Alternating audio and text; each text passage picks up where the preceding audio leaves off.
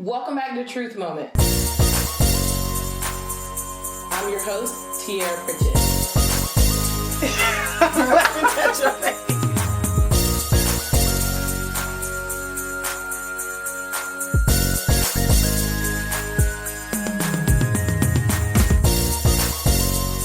When something is submerged in the fire, then its shape can shift. Yeah, it can shift.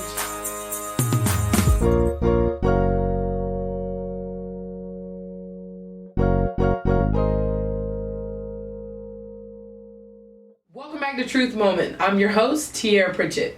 Today's episode, I know I say this every time, but I think that this is an episode that really needs to be addressed. It's an episode to get a conversation started that we need to have. And it's about the needs that we have in this country. And this isn't just the plight of Black America, it's just in general. Many needs that we need to discuss, we need to help with, and we need to allow the dialogue to create a thinking space for us, a thinking point that causes us to challenge some of our very own thoughts about what it means to be in need in this country. So, I thought long and hard this was a subject that I wanted to discuss for quite some time. And I said, who can I have on this episode of Truth Moment? I love having my UT fellow Vols on my episodes. I've had a couple now. And without further ado, I'm going to introduce my girl, Flo Flowers. For those of you who may not know her, and she calls herself a serial entrepreneur because she has her hand in a lot of different areas, a lot of different things, and they're very community driven. She is extremely selfless, and I thought that Flo would be an awesome person to bring on to Truth Moment to discuss this topic and just kind of bring awareness to her mission that she's now doing. So Flo, welcome to Truth Moment. Thanks for having me. And no problem. Tell us a little bit about who you are and what it is that you do. Okay, so Flo Flowers, I guess. Serial entrepreneur and doer is what I like to call myself. Okay. I like to have balance. So business and helping others has always been passions of mine, and I pursue those daily. So on the business side, a lot of various business ventures and things like that. But on the helping others side, which is a true passion that drives me, that I really had no clue about, initially when, starting out in career pursuits. Really is just about how can we help others, on a daily basis. We have an organization, a nonprofit that I co-founded called Creating Your Success, or Cures. And we have a few different missions, and it's kind of evolved over time. Initially, we started out with working with high school students to help them to determine their post-high school graduation goals and helping them to map out plans to get there. So there was life skills workshops, there was career exploration, there was, application assistance and conversations with the parents, because what we found is just a lot of parents just don't know. And then the counselor to student ratio in Georgia was something crazy like maybe 400 to 1 or something like that. And so you had a lot of kids who, even if they had the skills and the grades, they didn't always have the right resources and people to help them maximize their full potential, I'll say. And so, but from that, once we start working with schools, full time, we start identifying other basic necessities that kids didn't have. And, one of them was food to eat, which we know, hangry is a real thing. It's something I read in an article today, and it was like, if the kids don't have food to eat, then, what else are they missing? And so that started to drive one of our, larger initiatives. Okay, so Flo, let me ask you, how did you get involved in this? So, you leave Knoxville. How do you decide that this is your path, or did the path choose you? I think the path chose me for sure. Never been one that was really, I always did different things, community service events, but never really thought, hey, I'm gonna have a large part of my life dedicated to helping others. But I had a friend, and we were just helping students around, that we knew who needed assistance, both being college graduates, kind of helping them through that process. And then we saw that there was a greater need, and I was like, okay, well, maybe this is something we can do when we retire, whatever. And she was like, no, we should do this now. And I was like, okay. So shout out to my co-founder, Mickey Chandler, who really drove that point at that time. And then we had people like our board members like Sharon Pinkett, who really helped carry the cause over years, and really push us to, drive and seek more. So it's been a community effort for sure. How long have you been doing it? How long has Cures been? We founded Cures in 2011. Okay. Yeah. And so how do you go about choosing the initiatives? I know one of them you mentioned is the Read and Feed, or Feed and Read. So how do you go about choosing what areas you will tackle? I think it's kind of like you said, the areas kind of choose us. Like once we get involved in the communities and the schools, we see what's needed. So another initiative we have is the Pack a Purse initiative. So going out, we were feeding the homeless on a regular basis. Going out, we saw that interacting with women on the streets, they had different needs that weren't being met. So we were like, okay, let's start doing something here. Another thing is,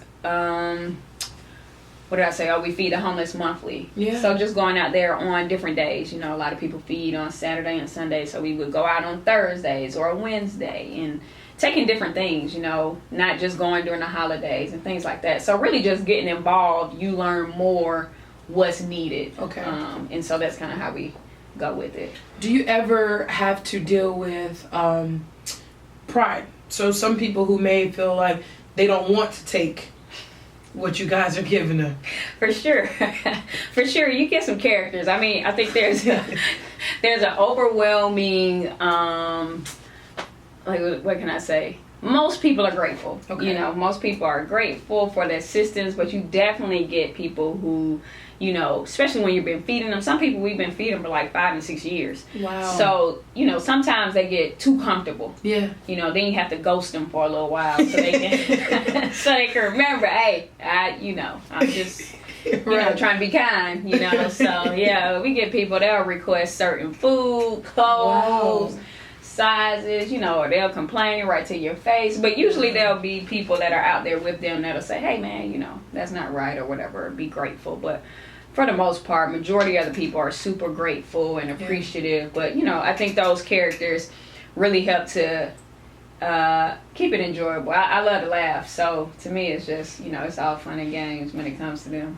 So got you. Yeah. So why, or what makes it personalized for you? Like, why do you feel the need, out of all the other things that you could be doing and focusing on and making your baby, you seem to be really passionate about this? So why is this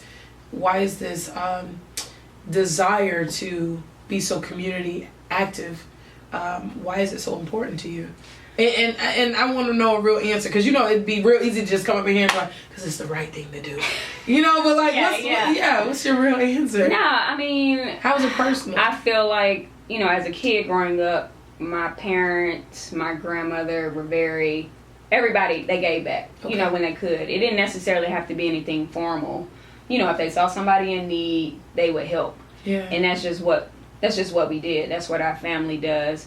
For me, I think, to your point, it's not something that was always instilled in me, or it wasn't something that I always pursued. It's always been instilled in me, but it wasn't something that I pursued. But as I got out into the community and saw the need was there, there was a greater call, and it just felt like something that was pulling me to say, you see the need is there, you just can't walk away and not address it. And so, I think that just drove me to continue to do it, especially when you get, great results, or you see that people are appreciative and are actually using and benefiting, from what you're doing. I think it kind of drives you to do it more. And the reality is, I think we all have a responsibility to help those, that we can. We weren't made to live in silos. We were made to live in communities, and I do feel like to a degree we are a brother's keeper, within reason. Yeah.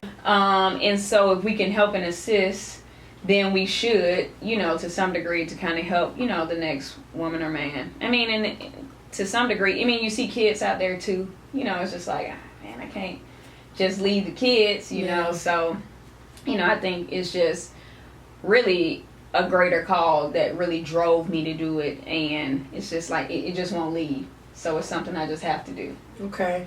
And in a business like this, because even though it's a nonprofit, it's still a business, how do you measure success? Because the caveat of it is, the more families you feed, awesome, we're doing great work. But then, is that from a success standpoint? Because then that means that, like you said, the people who are serial requesters. So how do you personally measure success in a field like this? I think for me, success is measured through impact. Okay.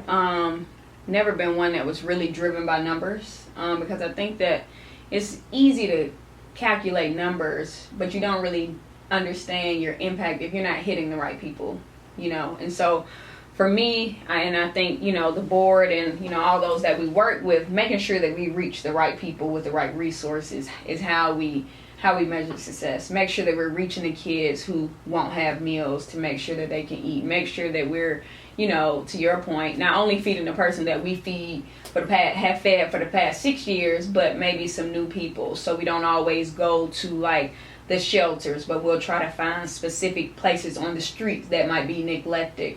So for me, it's all about impact versus numbers. Okay.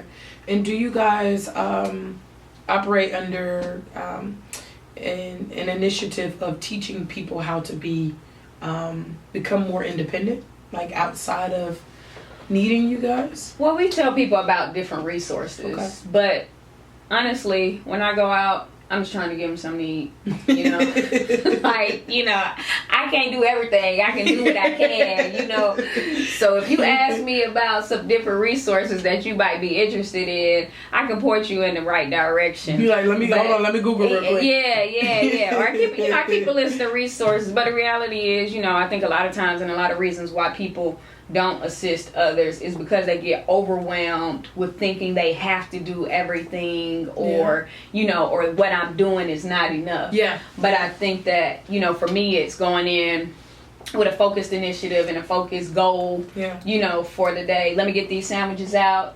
Y'all gonna eat this today. Here goes some lemonade, some popsicles, and making sure that they're fed. But we do have some people that might ask for extra assistance, and then we do try to connect them, with the right people. And then we have some people, honestly, that's out there, and we try to, hey, we see you regularly. You need a job. They're like, nah, I don't want that. Yeah, I'm good on that. Give me this sandwich and this lemonade. Yeah, I was like, that's responsibility. I was like, yeah, right. But that's an aspect of it too, and I think that causes that can cause some people to want to deter from helping out, because you have some people that say, oh, you have people who don't want to get a job or who don't want more, and I think that thinking about that population can deter you from focusing on the people that do want more. Yeah. But for me, it's, do you want to be right, or do you want to serve the initiative? For me, I'm here to serve you because you're hungry. Yeah. And I stick to that, and I'm focused on that. It's not up to me to judge whether or not you're not doing enough to get off the streets or any of those things. At the end of the day, whether you are or you are not, you're still hungry. Yeah. So my goal is to feed you. Now, and I think that people should keep that in mind. There's a quote that says, you do what you can with what you have while you can, or something like that, and it's just, just do your part, whatever that is, whatever that looks like. I try to go in judgment free and just, go in and give them what I can. Now, if your area of service is something else, then you pursue that. Have you ever had a situation that was completely humbling to you in your experience? This is gonna sound cliche, but I feel like every time I go out is humbling, especially when I'm out on the streets. But I'll say specifically when I don't want to go is the time that it resonates most with me.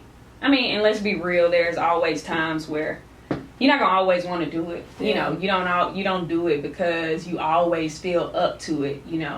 But it's been most rewarding and resonates most when I don't feel like going. That'll be the time where somebody is extra grateful, or you see a family that you really helped, or or you have like a really good dialogue with somebody, and they you go out there and you don't know what to expect. But a lot of times you get good positive words of encouragement and things from the other people who, give you the push to continue doing, what you're doing. And so those are my best days, and that's what drives me when I don't want to go, because I'm like, this must going to be a great day. It's going to be something I don't feel like going at all. Exactly. So. How do you not allow seeing the dire and desperate situations that some of these people in? How do you make sure that it doesn't get you to your core, or bring you down or weigh you down? Like, what do you do to make sure that you still have that, so you keep that same energy, whether it's 10 days in a row you've seen very dire, sad situations, and then you go to someone and it's their first day meeting you? So how do you keep your same upbeat energy? I think it's that's a loaded question. It's a lot of different things. One, I just try to stay grounded, spiritual practice to keep my good energy going. But it's also one of those things where you can't take on everybody else's energy and problems, even if you interact with them. And so that's kind of the approach that I take, is that, I can go out there, I can speak good words, pray for you, pray with you, whatever, get other people to pray with you, whatever it is. We can do all those things. But what I know is that as an individual, I can't take on everybody's issues and problems and, worries. And so, I kind of just leave it at the door, I guess, for lack of better words, and to some degree I do let it impact me because it's what drives me. Okay. And I think it's great to get different perspectives and different interactions so that it does motivate me to do more, or, but the reality is I get burnt out too, so it's like making sure I find that fine balance between the two. What's your goal for Cures? What's my goal for Cures? It's funny that you asked. Well, not really. I guess it's not coincidental. That's why we're here. Right. But actually working on for 2020, gonna go through like a small maybe brand refresh, and continue the evolution of what it is, what it represents, and how we present it to others. What that looks like today, I'm not really sure. It'll be some combination of continuing to serve the community, but really wanting to make sure that we maximize impact as much as possible, that we optimize all of our resources, and that we really expand our reach with those that we engage with. So we'll start working on that so that 2020 is a really good look, and fresh look for us as well. So while I don't know specifics, definitely just want to keep it going and increase the reach for sure.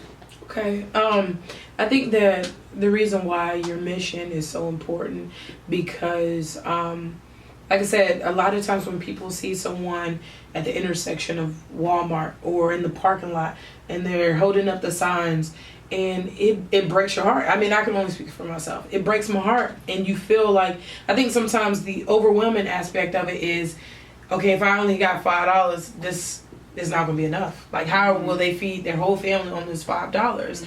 And I think that the overwhelming feeling of I could never do enough causes some people to not do anything. And so I think that your organization helps with that. Where are you all located? Like, what do you... we're based out of Atlanta, but willing and open to do community service events, around the nation, around the world. Actually, we do definitely want to do some things internationally. But we're here. You can find us at CuresInc.org. Will probably be the easiest way. And you can email us at bridgingthegap@curesinc.org. But we're here. We're around. We're always willing to work with organizations, partner with organizations. No need to reinvent the wheel. So I don't need notoriety or name, fame, any of that. I just want to work with people who want to impact positively. Okay. I remember, and a lot of people aren't even aware of this, when we first moved to Atlanta, right? This was 4 years ago. So we first moved to Atlanta, right? I had a job set up and everything was a go. So I left my old job where I was, making really good money, was set in my career. I left my job because I was promised a job here in Atlanta. So we were going to buy a house in Clayton, and Harold wasn't familiar with the area. So he contacted a U-Haul that was off of Terra Boulevard. Right. So he contacted a U-Haul, off of Terra Boulevard because we were going to pay for storage over there. And it wasn't because we were going to buy a house out in Lake Spivey. But the good part, Lake Spivey. Yeah, so we were going to do that. And so I quit my job. I put in my 2 weeks, worked them last 2 weeks, quit my job. He quit his job. And the money that I was promised at the new company was really good money. So we leave and come here. I get a call from the company and say, we made a mistake. We're not able to hire. I left behind everything there. So the U-Haul company that we had put our stuff in storage off of Terra Boulevard, not too far from, there's a Chick-fil-A Dwarf House right down there. And so we had to stay in this extended stay while I looked for a job. And so while we're staying in this extended stay, it was in June, and I'm like, the summer's coming to an end. Where my kids going to go to school? Because we don't even have a place to stay because we had all of this banking on this job and didn't have a job. So there was an apartment complex right behind the extended stay, and it's the extended stay was so hood. And if anybody knows me, low key bougie, I ain't even gonna front. And it was just such a humbling experience because like people would be walking around smoking weed in the parking lot and drinking and yelling and talking. And my kids have never been exposed to stuff like this. They've never been around it. And so I sent my kids to go stay with my mom and go stay with Toya back in South Carolina. And Harold and I were trying to figure it out. And I would go to the library and apply for jobs and hope to get called back and stuff. And we had our clothes in a storage bin. But I would go running at the apartment complex behind the extended stay. And the kids from the apartment complex, a van would drive up with meals. And it would feed the kids. And they would come, and they didn't have a playground. They had, it was this wooden, like, deck that they would go on, and the swings were torn up, and there were beer bottles and blunts, like, just laid out on the ground. And the kids would come over, and they would give the kids the food. Right. And I was jogging through there one day, and I asked one of the little boys, and because he had seen me jogging every morning, so he became familiar with me and would speak. And so I would ask them, I asked him about the food truck. And he was saying, yeah, this is so we can eat when school is not in. Yeah. And this was new to me because this was not my experience. Right. And then the place that I live in South Carolina, it was very rural. And, the kids, to my knowledge, this wasn't their plight. And so being here and seeing that was extremely humble for me because here it was, this is where I ran to get my mind off of how desperate and dire situations were. While I left a great job to come here where the cost of living is more to no job. And so, despite all that, things got turned around and I ended up getting a job where I work now. But just seeing that and seeing the kids like flocking to the van to get something to eat, it was extremely humbling. And I think that there are times in life where God will give you points, kind of like checkpoints, like, humble yourself, keep it in perspective. And so that's why I think that this initiative is extremely important because if kids are hungry and they can't focus and they at times get so desperate to do anything to try to be able to get food. Yeah, and to that point, I think one of the a large misconception is that most of the people who are in need are on the streets. Yeah. And the reality is, the working poor is a real thing. Yeah. You know what I mean? And there's a lot of people who are working who might have housing. It might not be, lavish, that are suffering as well. Was, doing my due diligence before I came to pull some, statistics. And so there's, the National School Lunch Program is where the kids get like the free or reduced school lunches and breakfasts. And, that's the second largest, program in the nation as far as, feeding, food assistance program. You have kids, they say every 5 out of 6 or 6 out of 7 kids who are in that program go without during the summer. So which is where the Feed and Read initiative was, born out of. Dealing with kids in the summertime and really realizing that, it's like, well, what are y'all, or actually during the school year, talking to the teachers and, the advocates, and you're like, oh, well, what are they going to do during the summertime? That was the thought process. And then we just jumped on it. We didn't really have any facts or, any numbers, statistics or whatever, but we knew based off their experiences that these kids were going to be without. And so that's how, you know, Feed and Read Initiative really became a staple in our program, is where we partner with schools that have large participation in the National School Lunch Program, and provide the kids that are attending summer school with weekend meal packs. So these weekend meal packs have non-perishable items that these students should be able to prepare on their own. And even if they don't have running water or electricity, there's still items in there that they can eat, you know, without having those, because the teachers were like, you know, you can't take for granted that they might not have a refrigerator and things like that. And so with that, what I'll say is our goal with Cures is, what we're really looking to do in 2020 is finding out how to be mobile to increase that impact to reach students, but also looking to evolve the menu so that it's more healthy. We know that non-healthy items are cheap, right?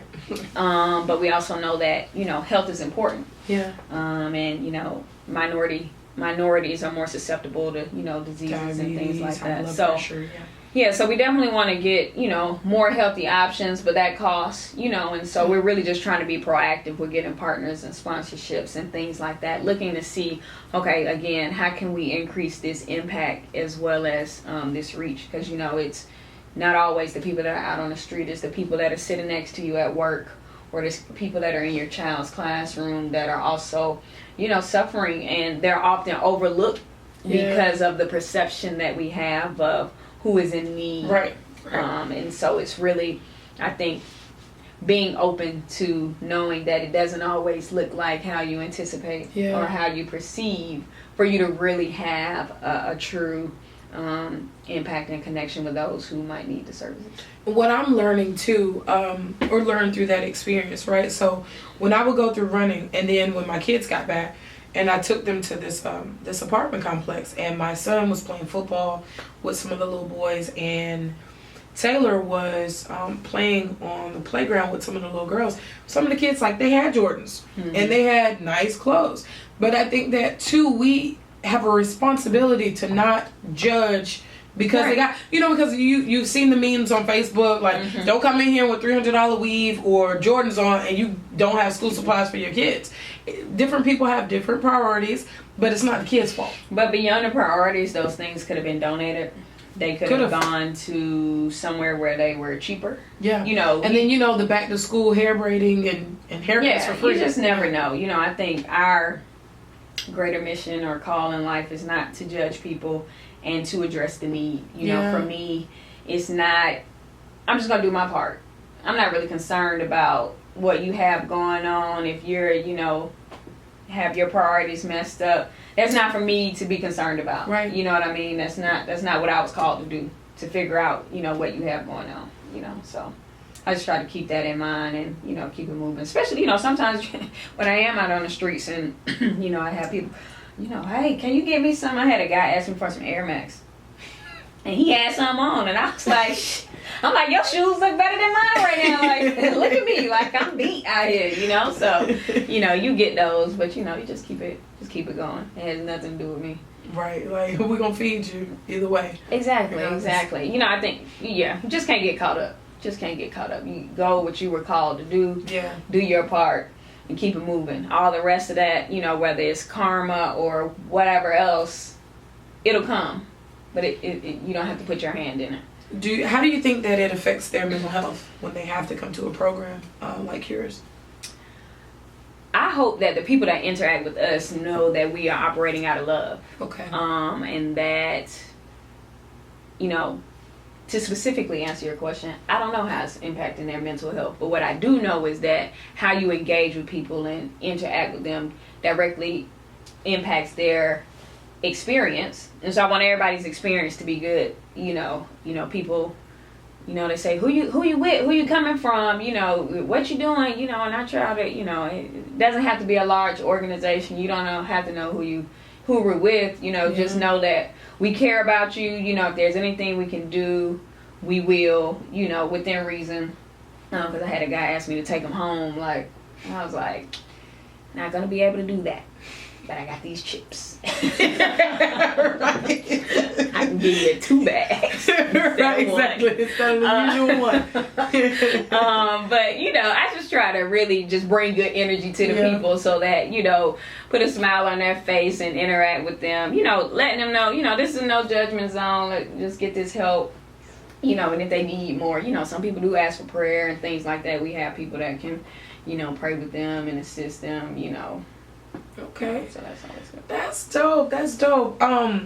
I was listening to the sermon the other day, and it was talking about how a lot of time people who pour out, they're not used to having to be the ones to reciprocate it. So with that being said, it's kind of like in scripture when Jesus went to pray, and it said that his virtue would leave because he's just doing such a great thing, and so much of him would leave out. So what do you do specifically to make sure that when you give out so much good that your vat doesn't become empty? So it's kind of like you replenish. How do you replenish? Because something like this can be very heavy.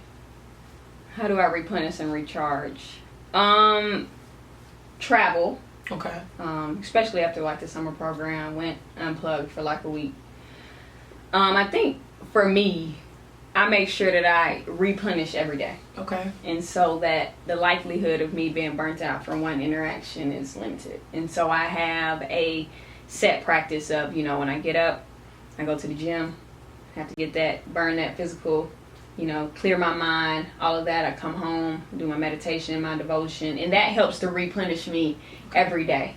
And so it's not a one-time thing. You know, like I said, after the program, you might do one big thing, but for me, I think it's a daily thing. I don't wait till I'm completely empty before. So I try to make sure that I do that, and then I have surrounded myself. I'm blessed to have surrounded myself with really good people who provide good energy to me every day. People like you who inspire and motivate, so that it makes it easy to be, recharged. It helps me to keep, a fresh perspective and know what I need to do, on a daily basis. But to your point, I think that it is very important that you find that balance and make sure that you are, recharged. And I think also having a good team. I have been blessed with a really great board of directors who help to really keep the mission going, even when, sometimes you want to quit. Now, Flo likes to be really modest about this, but when I sent her the outline, I already told her that I was going to address this, and then she was very modest, like, oh, me, I don't know what you're talking about. But it's kind of like, been said, you're kind of like a guru, like, or one would even say a spiritual godmother. I was about to go there. So like, how does one get a title like that? Like, I mean, I thought I was deep. I mean, I'm pretty deep, but like, I see you up on a mountain with the shamans and, with incense burning in the back. Like, how did you get to this point? You weren't like this in college. So one, I did read that in the email, and I politely skipped over that, thinking that wasn't going to come up. Putting out my good energy towards it. How do you get, I think people just create monikers for you, right? I think people create, monikers. There could be a worse moniker. It could be a worse moniker. Shout out to you. But honestly, I don't know. Like, though, as you very well know, those titles and things I don't readily accept or acknowledge, or, I guess I acknowledge them. I'm grateful that people have a positive perspective on who I am. To your point, no, I was not like that in college, but I think a lot of self-work you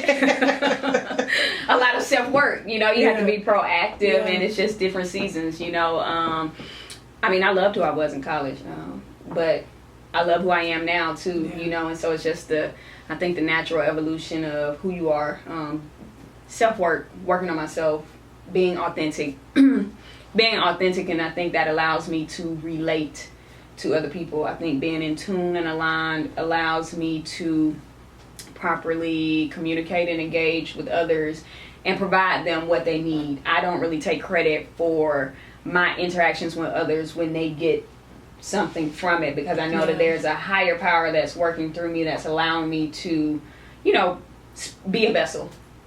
And so I don't take credit for it. I'm grateful, for the opportunity. It's allowed me to have many great conversations with people that I never anticipated on levels that I never thought that we would explore, together. Yeah. And so that's definitely been a blessing for myself, and I would assume for them as well. But I don't consider myself deep. I consider myself extra regular. You know what I'm saying? I like to live a balanced lifestyle.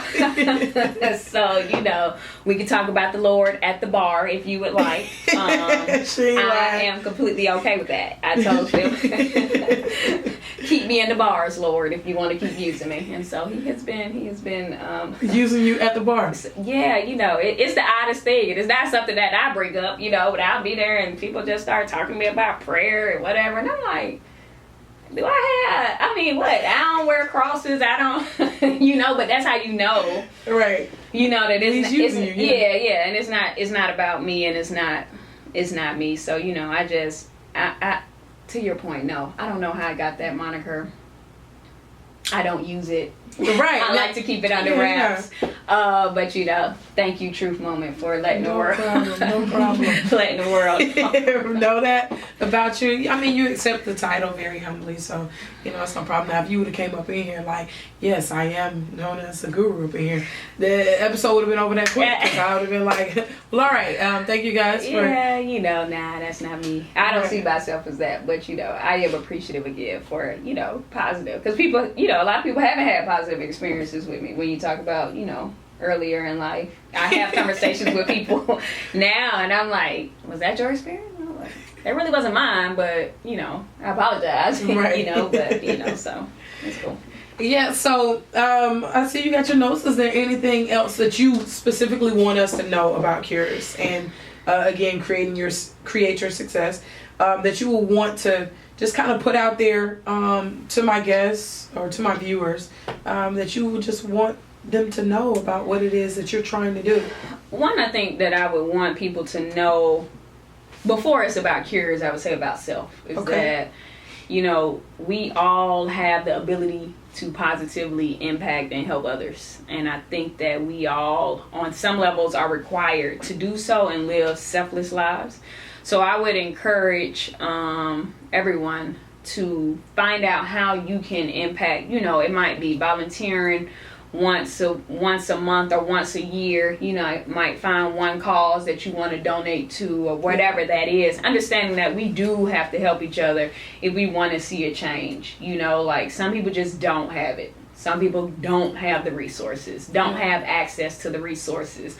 So anything that you do, and there is no such thing as a little thing. Like everything helps, and it's the aggregate of all the small things that have the impact. It's not that one huge thing that does that. And so I've just encouraged people to, look within and see what kind of drives you, any passions that you want to pursue as far as helping others, and look to do that at some point during the year. Charge yourself, to do that. When it comes to Cures, I say, one, we're looking for board members. So if you're interested in sitting on a board for a nonprofit organization, and advisors as well, definitely looking for those, and open to it.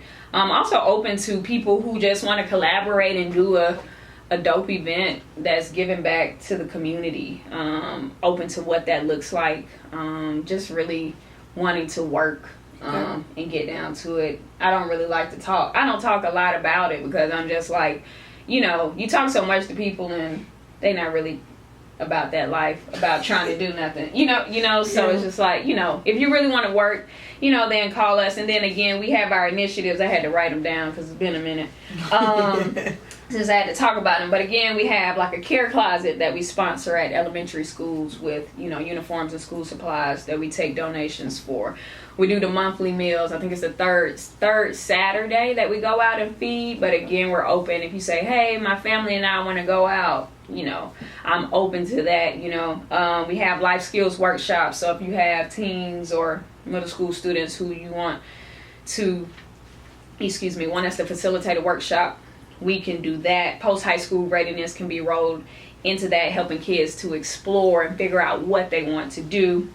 And then also to pack a purse so you can donate toiletries and feminine products and things like that, and purses, for us to be able to disseminate to women who are out on the street. And then lastly, one campaign that we had that went nowhere. So, but I think this is like kind of the prime opportunity to kind of talk about it and to plug it was I Did You Can Too campaign. And the idea was to create an online repository where kids can go and look at videos from people that look like them for various careers. I feel like online is very limited on what you can see. People are on social media. It's the artists. Now it's the entrepreneurs and the social influencers and the whatever. But nobody's seeing a psychologist or the admin or the assistant, the AD for the athletics. They're not seeing those things. So really, if somebody's interested in working with us to get that off the ground, just really wanted to get a whole lot of regular, normal people that had regular lives or not so regular lives, to say, hey, I did it, you can too. Yeah. So learn more about my career. And so again, you can reach us at cursinc.org. And I'm on Instagram, but Uber, UBER _skiflozert, SKIFLOZERT. Or you can just contact Truth Moment. She has our contact information. Right. You can feel free to email, contact, DM, all that stuff, and then I can plug you in. How can someone go about helping feed? Do you allow people to just randomly be like, hey, can I come? Absolutely. Okay. They can go to the website and shoot us an email. They can hit me up on Instagram and ask. If you say, hey, I can't make it the third Saturday, but I would like to go out on a Tuesday, it's not a big deal for us to be fluid and assist. We have had families who wanted their kids to see, or and things like that. So, we work with people to help them and can take them on the path that we take, downtown, so that they can get the experience and the exposure, because a lot of kids just have no idea. Right, and I've told you that I want to take my kids, to do something like that.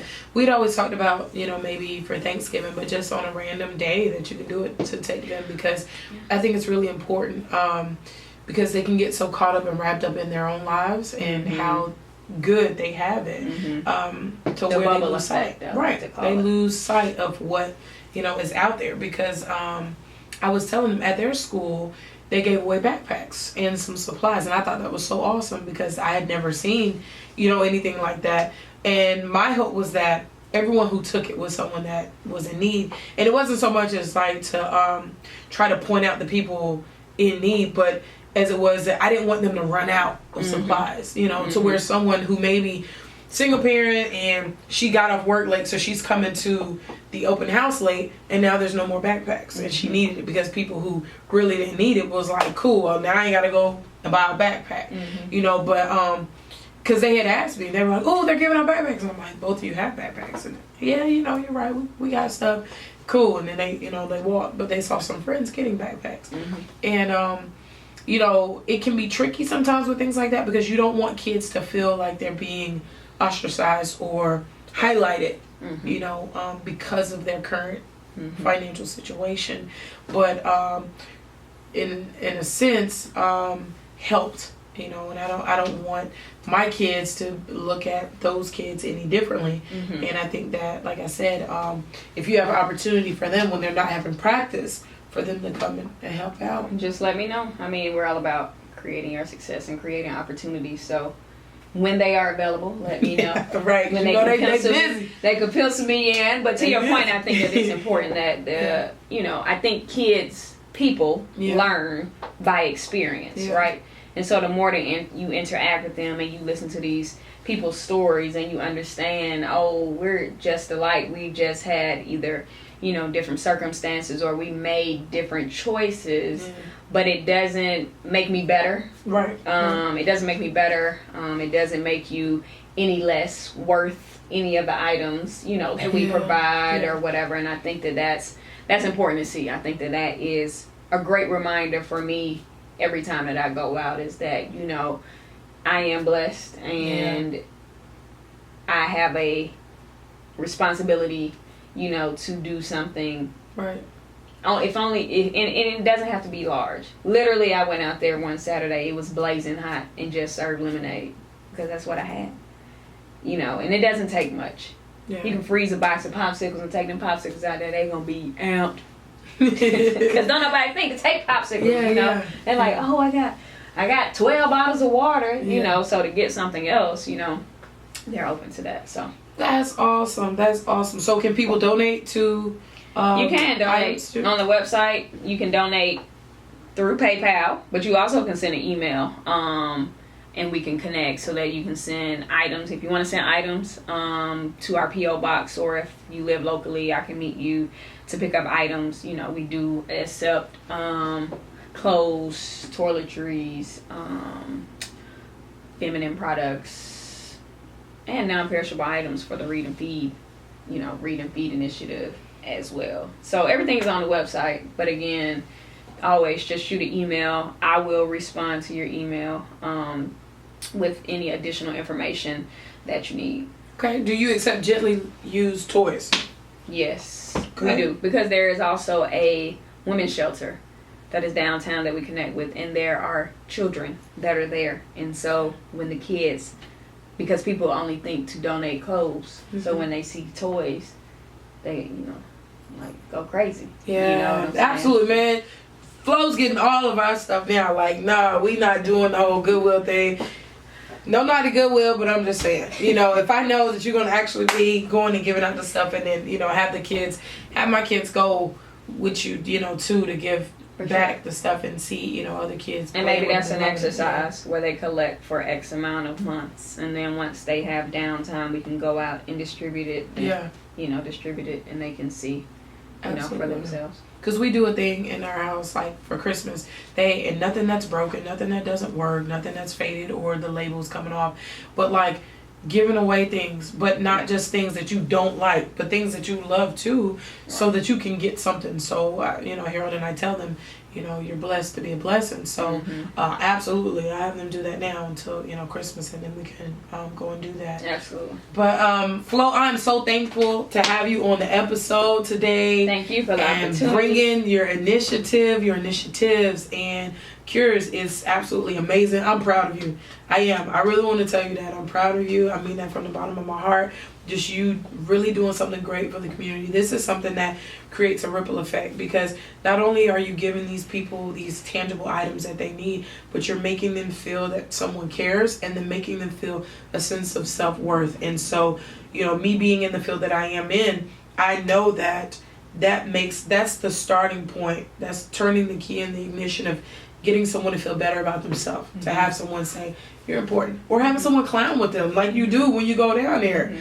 So I mean that from the bottom of my heart. I'm absolutely proud of you. Thank you. And you're doing wonderful work, fellow Vol. Thank you. I appreciate it, and thank you for the opportunity to be here on Truth Moment. No problem. She called me Truth Moment. She got jokes when she said, what's up, Truth Moment? That's right. So, that's right. Yeah. I see you doing great things, though, and thank you again for the opportunity. I don't take it lightly, so anytime that I can come through, I am grateful. Absolutely, but this is not going to be the last time that we work together. I want to work together again. And then we talked about maybe having the camera not on some, like seeing us giving, because I actually want to give before the camera turns on, but just seeing you interact. So we would have people sign, forms saying that we can film, but just seeing you interact and what you do and all that stuff. So kind of like from a docu, standpoint. But I want to do that as well. But Truth Moment audience, thank you so much for being a part of this episode and viewing it. And I want to thank Flo again for coming and being a part of it and talking about what it is that she does, and opening our eyes up to the need, and hopefully creating a desire in you all to see the importance. And like she said something that really stood out, like any little bit you do helps. So the feelings of being overwhelmed, like I don't have enough, this is all I have.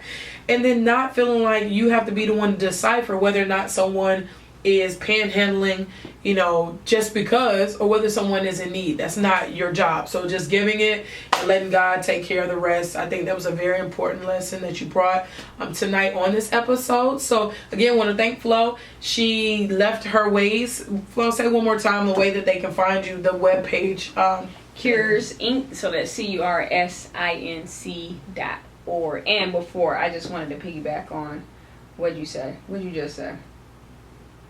But it not being our job to decide if someone is in need or not. Yes, I was just gonna say, like, if you feel led or feel the urge to do something, that just means you should do it, and don't try to figure it out. Like, don't overthink it. Just do it, and then let everything else figure itself out, whether or not they really need it or they faking or whatever. You know, usually that tug, I think where we get confused is that we think that tug on the inside is us, and it's not really us. Yeah. That there is some, you know, higher call, whatever you subscribe to, it's not you. And, you know, you should work through that. So, yeah. Well, again, thank you guys. I'm Tiara Pritchett. That's my truth moment. What's yours?